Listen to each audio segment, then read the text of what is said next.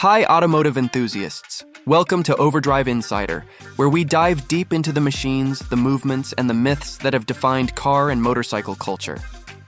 Today, we're going back in time to the 1950s, a decade when the United States was surging with post-war optimism yet simmering with restless energy. Out of that tension came a motorcycle that didn't just carry people down the road, it carried an entire identity. The Harley-Davidson Panhead was born as a factory machine, but it became something else entirely once riders began cutting it apart, customizing it and transforming it into the stripped-down, fire-breathing choppers that still echo in the culture today. These bikes weren't built for comfort or convenience. They were built as rolling declarations of freedom, rebellion, and self-expression. This story isn't just about an engine or a frame. It's about what happens when a generation takes a piece of machinery and rewrites its meaning. It's about the veterans who returned from World War II, restless and searching for thrills, carving their own path with tools in hand. It's about the streets and highways of America becoming both canvas and battleground for a new kind of individualism. And it's about how a single motorcycle became more than transportation. It became the spark that lit a cultural fire. In this video, we'll trace that journey through three powerful arcs. First, how the Panhead engine itself and the early chopped machines emerged from garages and backyards, reshaping Harley-Davidson's legacy and redefining what a motorcycle could be. Then, we'll dig into the rise of the chopper movement as it collided with mainstream America, fueling fear, fascination, and a new mythology of the rebel rider. Finally, we'll see how those stripped-down Harleys leapt from outlaw identity to cultural icon, influencing film, music, fashion, and even the way the factory itself would later lean into the very image it once couldn't control. Along the way, you'll hear micro-stories of riders who cut, welded, and risked it all for the sake of expression. You'll get context on why America was primed for this machine and this attitude. And you'll discover how choices made in small garages more than 70 years ago still ripple through custom motorcycle shops, shows, and streets around the world today. So buckle up, or in this case, strap on your helmet, because we're about to ride into one of the most fascinating chapters of American mechanical history. The Harley Panhead chopper isn't just a motorcycle. It's a symbol of resistance, creativity, and the kind of freedom you can feel in your bones. And over the next half hour, Overdrive Insider will take you on that journey, from the first spark to the lasting flame. Let's begin. The Harley Panhead arrived in 1948 as a technical evolution for Harley-Davidson, with aluminum cylinder heads shaped like frying pans giving the engine its nickname. It was smoother, more reliable, and ready for a growing peacetime market. Yet almost immediately, young riders began to see it not as an end point, but as a starting point. They weren't interested in the big touring frames Harley was offering. They wanted something leaner, meaner, and more personal. From this tension, the first wave of garage-built choppers was born. Machines that took the Panhead engine and stripped everything else down to the bare essentials. Micro-story. In Los Angeles, a veteran named Frank had returned from the Pacific Theater and found himself restless with suburban life. He bought a Panhead cheap, then removed the fenders, cut down the fuel tank, and welded his own extended front forks. His bike looked nothing like the showroom version. It was wild, raw, and drew attention everywhere he rode. Friends started calling it a chopped Harley, and soon others began to copy his work. What Frank didn't know was that his experiment would echo far beyond his neighborhood, becoming one of the first local sparks of a movement. The earliest choppers weren't built with the intent of rebellion. They were built for expression and performance. Riders wanted to shave weight for speed, to stand out in a crowd, and to put their fingerprints on a machine that symbolized freedom. But in the eyes of polite society, these skeletal bikes roaring through quiet towns looked like a challenge to order itself. That clash between intent and perception set the stage for everything that followed. Context digest. Post-war America was booming. Jobs were plentiful, suburbs were growing, and car culture was on the rise. But for some young men, the cookie-cutter life didn't feel right. Motorcycles offered an escape, and the Harley Panhead, powerful yet plentiful, was accessible. Unlike cars, bikes could be altered cheaply, often with tools scavenged from military service. This do-it-yourself ethos meant customization spread quickly, creating an underground language of style before anyone even called it a scene. In these early years, the Panhead became a kind of blank slate. Cut tanks, peanut gas reservoirs, elongated forks, and handmade sissy bars weren't fashion. They were necessity and instinct. Each change carried both a practical reason and a symbolic weight. Shorter fenders meant less mud, but also less conformity. Taller forks meant new riding dynamics, but also a new silhouette that set a rider apart on the boulevard. The mechanical tweaks translated directly into identity, making each bike as individual as its builder. Reflection bridge. What began as practical tinkering was quickly becoming a visual language of rebellion. Micro story. Up north in San Francisco, a young machinist named Joe built a panhead chopper with an unusual stance. He tilted the frame back, giving the bike a stretched, aggressive profile. Locals had never seen anything like it. When Joe pulled up outside cafes, people whispered that his bike looked like something from another planet. For Joe, it wasn't about rebellion. It was about art. Yet when a police officer stopped him, questioning the safety of his build, Joe realized that the world saw his creativity as defiance. That realization would shape the way chopper culture came to be perceived, not merely as custom machines, but as provocations. Context digest. The tension between individuality and authority was heightened by the rise of motorcycle clubs. Groups of riders found camaraderie in weekend rides, wearing patches and building bikes together. To outsiders, these clubs looked intimidating, and their customized Harleys became shorthand for danger. In reality, most early clubs were just groups of enthusiasts sharing a passion for the road. The Panhead chopper became both glue for community and a lightning rod for suspicion, its stripped-down form fueling misconceptions. With every passing year, the Panhead grew less like a factory motorcycle and more like a cultural artifact. Shops emerged that specialized in custom parts, and a cottage industry began to flourish. What was once back-alley experimentation started looking like a movement, with shared aesthetics and whispered reputations traveling faster than the bikes themselves. Micro story. In a dusty Nevada town, two brothers cut apart a Panhead and built one of the earliest bikes to feature radically extended forks. Locals laughed when they saw it, saying it looked unrideable.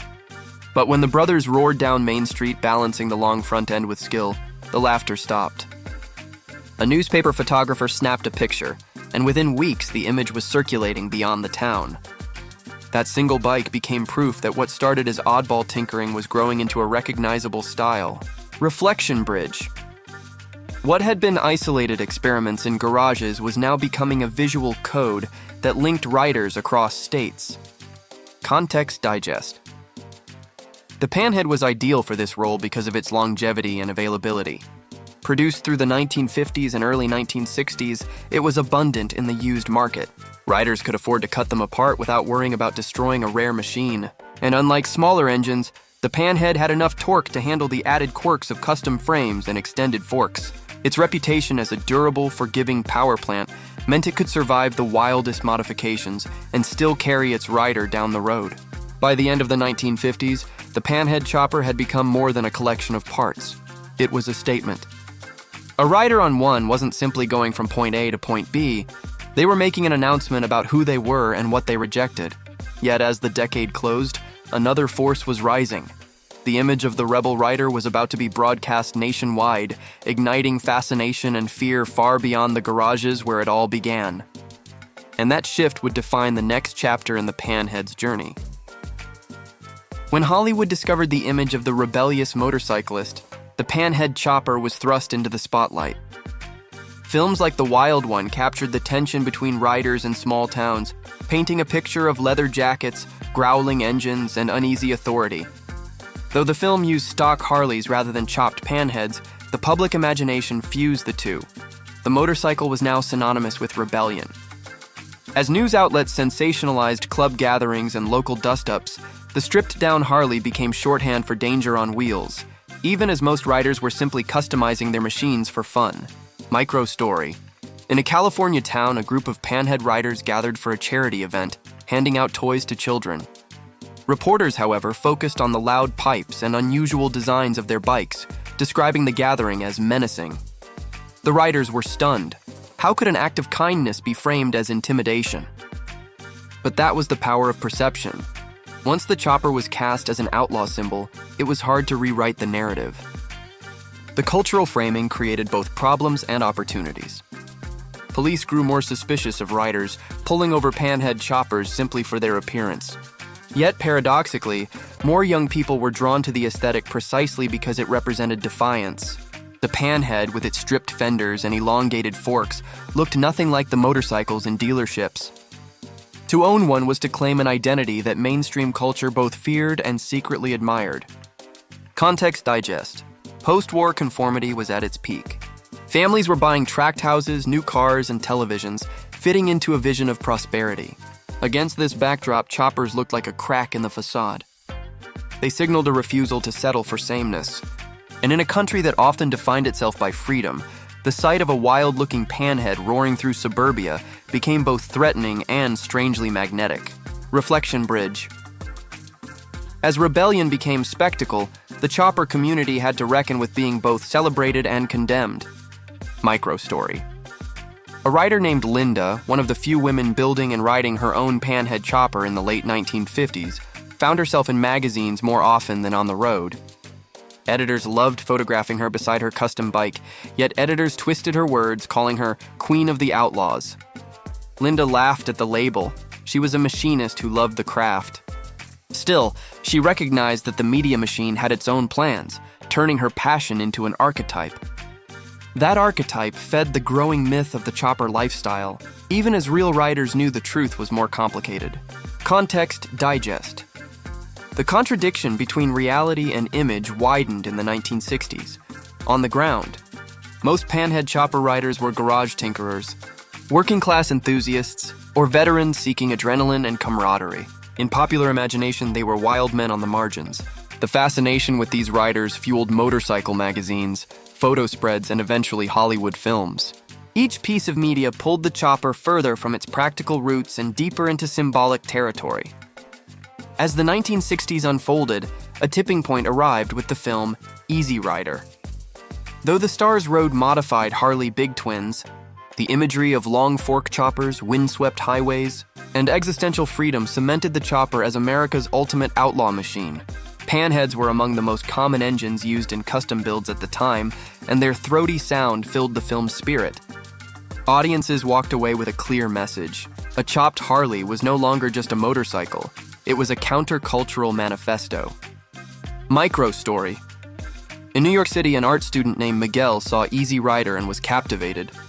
He had never ridden before, but the silhouette of those long Panheads against the open road convinced him to save up for a used Harley.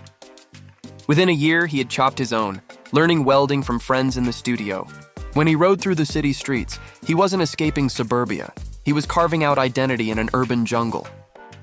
For Miguel, the Panhead was a moving sculpture, and Easy Rider had given him permission to see it that way. Reflection Bridge. With the chopper now immortalized on screen, it stepped fully into the realm of cultural icon, leaving behind the possibility of being just another motorcycle. Context Digest. This new cultural status had consequences. Manufacturers like Harley-Davidson initially bristled at the image, not wanting to be linked with outlaw mythology. Yet the demand for custom parts, aftermarket suppliers, and independent shops exploded.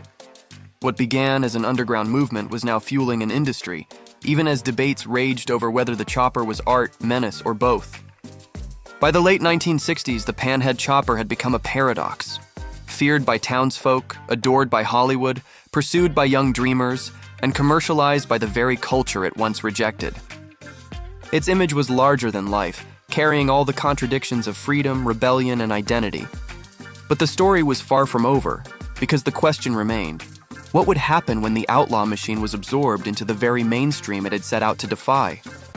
That answer lies in its legacy, and in the way the Panhead chopper transformed from symbol of rejection to enduring American icon. By the 1970s, the Panhead was no longer a new engine. Harley had moved on to the shovelhead, but the choppers it inspired were everywhere. What had begun as a subculture was now a fixture of rallies, magazines, and movies. The image of a stripped-down Panhead with a long fork and a custom paint job was so iconic that even people who had never ridden a motorcycle could recognize it instantly. The once feared outlaw machine had crossed over into mainstream identity, embodying the American dream of freedom on the open road. Microstory. In a small Midwest town, a local mechanic named Ray built a Panhead chopper and painted it with stars and stripes. At first, neighbors frowned. remembering news reports about biker gangs. But during a 4th of July parade, Ray rolled down Main Street on his creation, and the crowd cheered. Suddenly, what had been a symbol of menace was recast as patriotic expression. That moment captured the strange duality of the Panhead chopper. It could shift meaning depending on who looked at it. Context digest. As the chopper went mainstream, custom shops flourished. Builders became celebrities in their own right, with names and styles that drew customers from across the country. Magazines like Easy Riders turned garage-built bikes into glossy centerfolds, blending craft, fantasy, and lifestyle. The Panhead engine, though aging, remained a favorite base because of its nostalgic aura and mechanical character. To ride one was to carry a piece of the movement's origin, even as the broader culture absorbed its imagery. Reflection bridge. What had once been rebellion was now being packaged and sold, raising questions about authenticity. Micro-story. On the West Coast, a rider named Tommy refused to sell his hand-built Panhead despite lucrative offers. For him, the bike was a story of nights spent welding with friends, long desert rides, and scraped knuckles from countless breakdowns. Watching strangers wave cash for it made him uneasy. How could they buy into an identity they hadn't lived? Tommy's resistance highlighted a growing tension. Was the chopper a personal journey or a collectible artifact? Context digest. Harley-Davidson eventually leaned into the rebel image it once tried to distance itself from. Marketing campaigns nodded toward freedom, rebellion, and open roads, echoing the very narrative that Panhead chopper builders had created decades earlier. This shift showed how powerful the cultural wave had become. The factory itself was reshaped by the myth of the custom machines its own products had inspired. Micro-story. A musician named Carla toured with her Panhead chopper strapped into a trailer, using it as a stage prop during shows. Fans who had never touched a motorcycle posed for photos beside it, captivated by its design. For Carla, the bike wasn't transportation at all. It was a symbol, an accessory that communicated a lifestyle. This transformation into iconography ensured that even those who didn't ride would still absorb the message the chopper carried. Reflection bridge.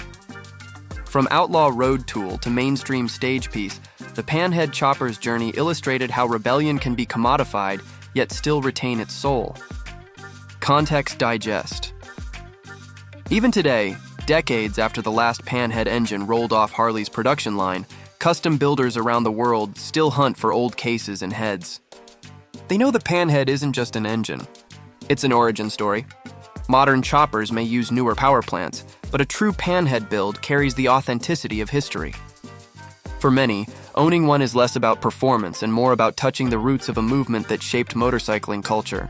The legacy of the Panhead chopper is complex. It carries the DNA of veterans restless in post-war America, the flair of 1960s counterculture, and the polish of mainstream iconography.